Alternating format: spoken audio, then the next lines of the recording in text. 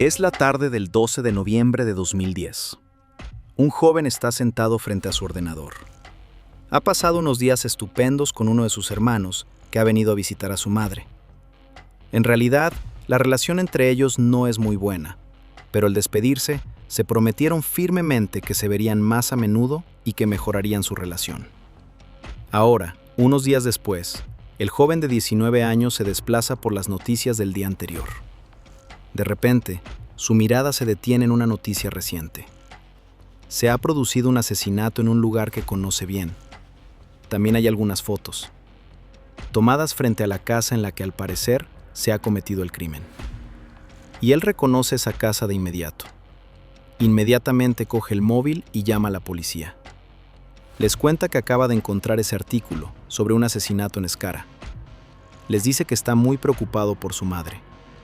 La había visitado hacía solo unos días en esa misma casa.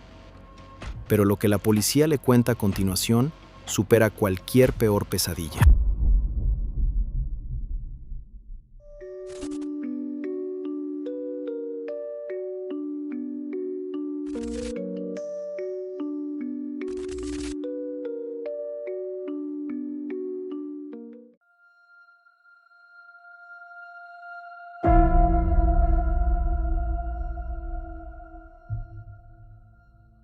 Helle Christensen tiene 40 años y es madre de 5 hijos.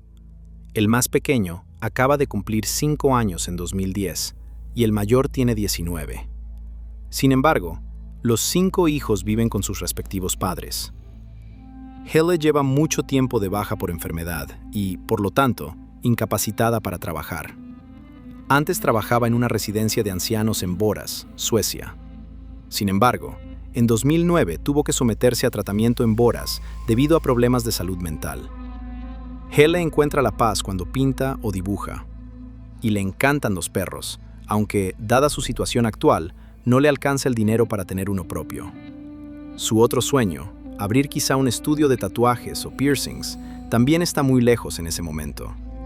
Sus hijos la visitan de vez en cuando, pero Helle tiene un contacto algo más estrecho con su hermana Britt. Esta intenta ayudar a Helle a controlar su vida, pero fracasa regularmente en el intento.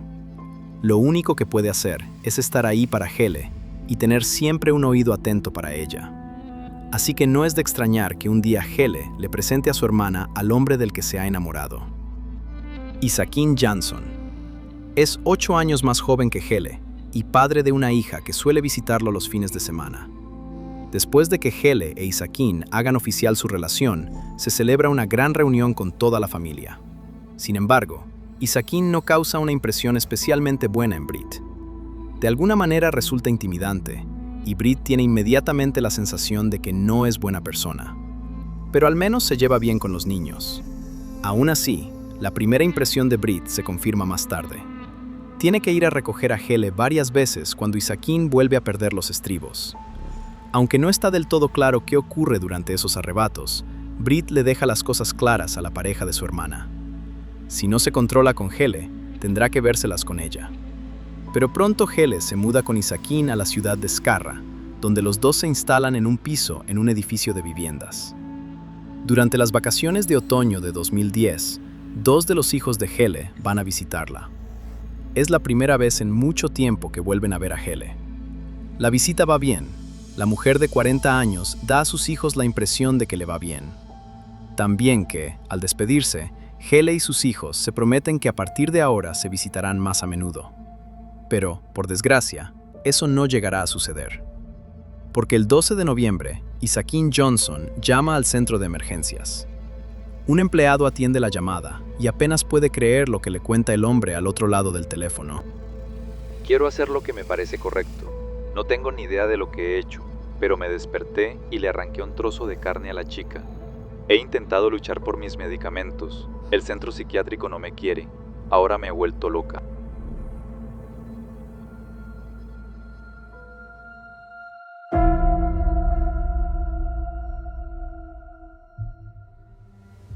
Cuando llega la policía, Helle Christensen yace muerta sobre un colchón hinchable en el piso. La escena que se encuentra la policía es espantosa. No solo la mujer de 40 años ya no está con vida, sino que Isaquín ya había confesado a los servicios de emergencia que se había comido partes del cuerpo. La llamada a los servicios de emergencia se prolongó hasta el momento en que la policía llegó a su domicilio. Isaquín facilitó inmediatamente sus datos y su dirección, pero también advirtió: Nada de sacar armas ni nada por el estilo, porque si no, yo también sacaré la mía. Verá, no puedo controlarlo. Oigo voces como esta y adiós y cosas así, que me dicen que haga cosas, pero yo no quiero, pero quizá tenga que hacerlo, porque al fin y al cabo, todos vamos a morir algún día. Sin embargo, el operador del servicio de emergencias logró mantener a Isaquín Johnson bajo control y relativamente tranquilo hasta que llegaron los agentes. Eso era necesario para que los policías pudieran siquiera hacerse una idea de lo que estaba pasando en el piso de Isaquín y Hele. El cuerpo de ella yace sobre un colchón hinchable. La cabeza se encuentra en la cocina, junto al fregadero. Allí también se encuentra una sartén en la que, al parecer, se había estado cocinando carne recientemente. Isaquín es detenido de inmediato e interrogado en una comisaría cercana. El hombre, de 32 años, ya tiene varios antecedentes en su expediente policial por robo y delitos relacionados con las drogas. Aunque esto pueda parecer, en comparación, una tontería, solo por este tipo de delitos ha sido condenado 9 veces y ha pasado repetidamente tiempo en la cárcel.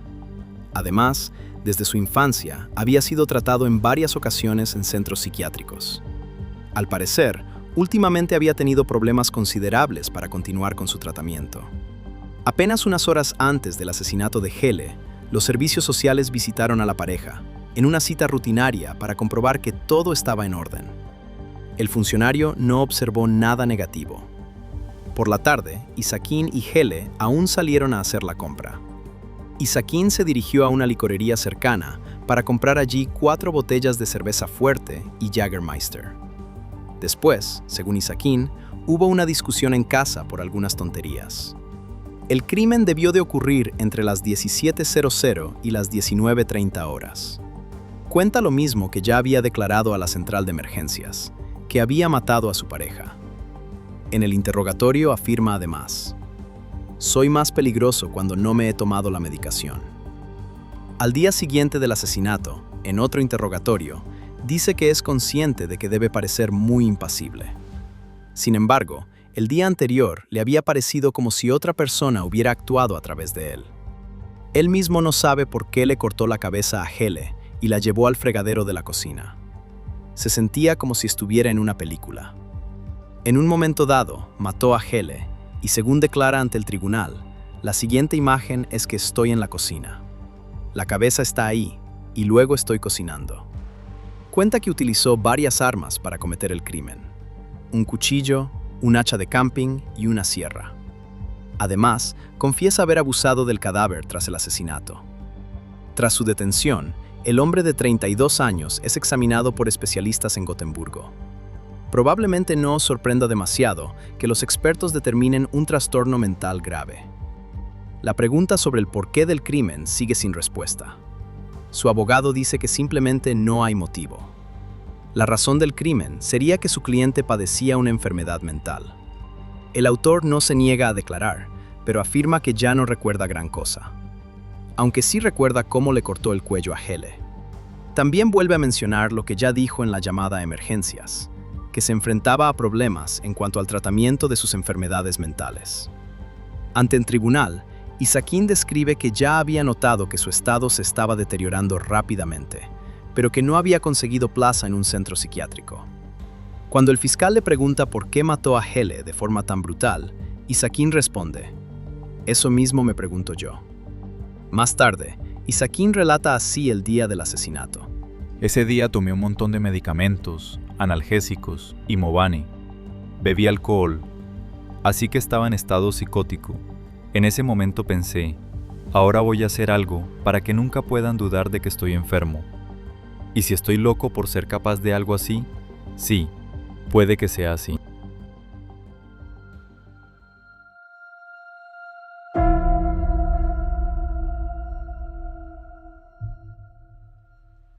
Isaquín Johnson no será condenado a una pena de prisión, sino a un tratamiento psiquiátrico forense en régimen cerrado con una evaluación especial para su puesta en libertad. El motivo es su grave trastorno mental, que no se ha diagnosticado con más detalle ante el tribunal. Además, deberá pagar una indemnización por daños y perjuicios de 75,000 coronas, tanto a los padres de Helle Christensen como a cada uno de sus hijos. Esto equivale a unos $7,500 en cada caso. El autor no muestra emoción alguna tras el pronunciamiento de la sentencia. En el coche de policía, en cambio, le hace un gesto obsceno con el dedo corazón al fotógrafo de un periódico.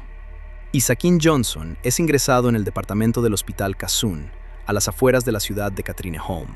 Allí, las dificultades continúan, ya que, tras su ingreso, se niega durante meses a tomar su medicación. Y eso a pesar de que ante la policía y el tribunal había insinuado que su tratamiento insuficiente había sido uno de los desencadenantes del asesinato. Para los familiares de Helle, el juicio contra el asesino de la mujer de 40 años solo fue satisfactorio en parte. Por eso, la hermana de Helle, Britt, le envía incluso una carta al asesino de su hermana al centro psiquiátrico. En ella le pide respuestas a la pregunta del ¿por qué?, pero Britt no ha recibido ninguna respuesta útil. Ella da por hecho que Iserkin simplemente asesinó a su hermana para probar carne humana. Probablemente, Britt también piensa a menudo en las veces que fue a recoger a Helle después de que Iserkin se enfadara, y en que ya entonces se había dado cuenta de que Helle presentaba lesiones con frecuencia. A veces solo eran moratones, pero en una ocasión también una triple fractura de pierna. Una vez, Helle se rió y dijo que simplemente había tropezado torpemente con una pala. Por desgracia, en la violencia doméstica no es raro que las víctimas minimicen sus lesiones o busquen excusas para justificarlas. Admitir que se está en una relación violenta es difícil. Salir de ella, aún más. Sin embargo, hay indicios de que en la relación entre Helle e Isaacín existían desde hacía tiempo patrones de este tipo. Así, tras el asesinato de Helle, los investigadores se incautaron de su diario. Y eso, lamentablemente, sugiere que Britt tenía razón en su desconfianza respecto a las lesiones. En una entrada escrita poco antes de su muerte, Helle escribe que Isaacín tiene diferentes personalidades, y él habla de castigar todo lo malo. Ella también escribe sobre los cambios de humor y su comportamiento agresivo hacia ella, pero también, lo aguanto porque lo amo. Sin embargo, al parecer, Helle había intentado recientemente romper con la relación. Según Britt, había buscado contacto con una mujer y le había pedido ayuda para encontrar un nuevo alojamiento. A pesar de ello, la mujer tuvo que prometer a Helle que bajo ningún concepto avisaría a la policía. Lamentablemente, este intento de encontrar otro lugar donde vivir nunca llegó a buen puerto. Mientras que a Helle le quitaron la vida, su asesino está siendo tratado en un centro psiquiátrico. Aunque, lógicamente, allí se le ha internado de forma permanente, Isaacín Johnson no está aislado del mundo exterior.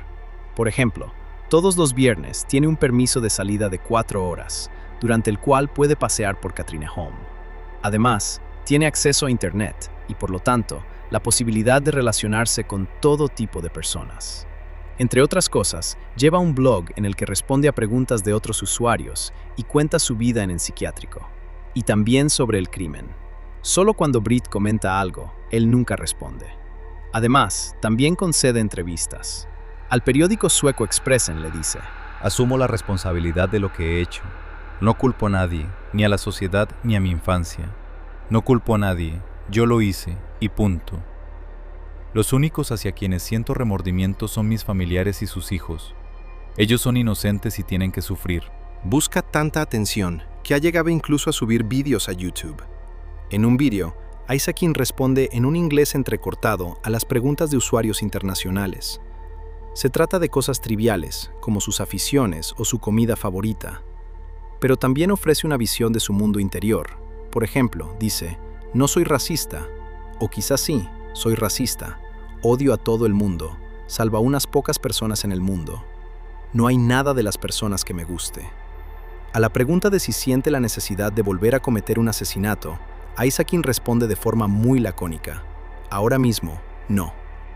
En el centro psiquiátrico forense, Isaacín incluso conoce a una nueva mujer. Michelle Gustafsson es conocida en Suecia como la mujer vampiro, y también es una asesina condenada. Su apodo se debe a que ya antes de su asesinato llevaba un blog en internet. En las fotos que subía, posaba como un vampiro con los labios ensangrentados, a veces también con cuchillos y una motosierra. pero la relación vuelve a romperse. Sin embargo, el asesino ya tiene un nuevo nombre. Tras largas y mediáticas disputas con las autoridades, ha cambiado su nombre de Isaakin Johnson a Isaakin Drabat. Unos años después del crimen, se le asigna un piso en el que puede pasar tiempo fuera del centro de forma habitual. Previo acuerdo, también le es posible obtener permisos de salida de 2 días seguidos para ocasiones como una boda. En agosto de 2020, Isaakin Drabat se mudó a su propio piso en Catrino y su tratamiento pasó de ser hospitalario a ambulatorio. Durante su estancia en psiquiatría, Isaakin pudo seguir recibiendo visitas, incluso de su hija menor de edad. Ella nació en 2001 y, por lo tanto, solo tenía 9 años cuando su padre se convirtió en asesino. Isaakin se separó de la madre de Jamie Lee cuando la niña aún era un bebé. Según cuenta Jamie Lee, durante los primeros años, la relación con su padre fue estupenda. Sin embargo, a partir de los 5 años, de vez en cuando le daba miedo su padre. Cuenta que las visitas a su padre siempre le daban un poco la sensación de estar entrando en una película de terror, porque él había decorado el piso con pósters de ese tipo de películas. Y, sin duda, esas imágenes pueden causar una impresión incómoda en una niña en edad de primaria. Aún más cuestionable es compartir precisamente esos intereses con su hija. Jamie Lee cuenta: a menudo hablaba del diablo, de los demonios y de los espíritus malignos, y cuando era pequeña, le gustaba introducirme en ese otro mundo. Nos tumbábamos en la cama, en la oscuridad, y él me preguntaba: ¿ves las caras en la pared? ¿Las ves? Y lo repetía tantas veces que al final acababa viéndolas de verdad. La situación mejoró un poco cuando Isaakin empezó a salir con Hele. A Jamie Lee le cayó bien desde el primer momento y sintió de repente que tenía una segunda madre. Sin embargo, durante sus visitas de fin de semana, Jamie Lee fue testigo de varias discusiones violentas entre Isaakin y Hele. Una vez, recuerda Jamie Lee, Isaakin le gritó a Hele que la mataría. Incluso antes del asesinato, volvió a visitar a Hele e Isaakin durante un fin de semana. Para Jamie Lee, ese fue el peor fin de semana de su vida. De repente, Hele se comportó de forma muy diferente con ella. Aunque normalmente siempre había tenido buena relación con Jamie Lee, durante esa visita la ignoró y apenas le dirigió la palabra. Al parecer, fue durante la comida cuando Hele le dijo a la niña, que entonces tenía 9 años, la siguiente frase: disfruta de la comida, porque será la última vez que cocine para ti, porque Isaakin me va a matar. La muerte de Hele traumatizó profundamente a Jamie Lee. Se reprochó durante años y se culpó a sí misma por no haber hecho nada, con solo 9 años, para detener a su padre. En aquel entonces, los demás niños no querían saber nada de la hija del caníbal Descarra. Precisamente por eso, Jamie Lee volvió a buscar el contacto con su padre, para no perderlo al menos a él. Cuando a Jamie se le permitía visitarlo en la clínica, él sí que le dedicaba tiempo a la niña, pero la introducía cada vez más en una mentalidad destructiva. Y cuanto más se entregaba Jamie Lee a los pensamientos negativos, más aislada estaba de todos, excepto de su padre. Incluso le dijo a Isaakin que ya no quería vivir, pero él no buscó ayuda, sino que realizó con ella una especie de ritual para el diablo, en el que, supuestamente, Jamie debía entregar su alma para liberarla de su dolor y otorgarle poder y reconocimiento. Empezó a beber muy pronto y abandonó los estudios a los 15 años. Por aquella época, Isaakin le contó a su hija más detalles sobre el asesinato de Hele y cómo, según su versión, había sucedido. Esta difiere bastante de lo que hemos oído hasta ahora. Isaakin le contó entonces a su hija que Hele quería morir, y es más, que ella quería que Isaakin la matara y se lo había pedido todos los días desde el comienzo de su relación. Él habría actuado de forma tan brutal a propósito para acabar en un psiquiátrico y no en la cárcel. Poco después de esta conversación, se produce una gran discusión entre Isaakin y Jamie Lee, que finalmente conduce a la ruptura entre ambos. Así, Jamie se recupera y consigue liberarse de la manipulación de su padre. En el marco de un documental televisivo, se acompaña a Jamie Lee mientras intenta lidiar con el hecho de ser la hija de un asesino. A lo largo del documental, queda claro que Jamie Lee se encuentra mucho mejor. Isaakin afirma que se debe a su ritual satánico y no al duro trabajo de Jamie. En el programa, Jamie también confronta a su padre por el asesinato de Hele. Cuando una redactora coloca una foto de Hele sobre la mesa y le pregunta a Isaquín qué sentiría al verla, él no responde nada. Y repite que Hele le había pedido una y otra vez que la matara, y que, al final, él simplemente cedió. Por lo tanto, no fue un asesinato, y él no es un asesino. Nunca planeó comerse partes de ella ni abusar de su cadáver. De hecho, solo escenificó las partes necrófilas y nunca las llevó a cabo. Intentó recrear su propia película de terror en su apartamento. Al fin y al cabo, es artista. No hace falta decir que eso no suena como si Isaac Indrabat sintiera de alguna manera remordimiento por lo que le hizo a Hele Christensen, a su familia y a su propia hija con el asesinato de Hele. Hoy en día, Jamie Lee es madre de 2 hijos y se ha construido una vida feliz junto a su pareja y el padre de los niños. En las redes sociales y en entrevistas, todavía habla a veces de su padre y del abuso psicológico que sufrió por su parte. Como ella misma dice expresamente, no para sacar provecho de que su padre sea un asesino, sino para mostrar a otras personas que uno puede curarse de todo. Menudo caso más escandaloso. Me da la impresión de que con sus acciones, como el cambio de nombre o su relación con la mujer vampiro, no deja de buscar ser el centro de atención. Espero que en cambio hayan tenido más voz aquellos que aún hoy siguen sufriendo por los actos de Isaquín, como por ejemplo Britt, la hermana de la asesinada Hele, o su propia hija, Jamie Lee. Si el video os ha parecido interesante, dejad un me gusta o suscribíos, me haría mucha ilusión. Por lo demás, no hay mucho más que decir. Os deseo buenos días, buenas tardes o buenas noches, según la hora a la que veáis el video, y espero que nos volvamos a ver en el próximo video. Hasta entonces, chao gente.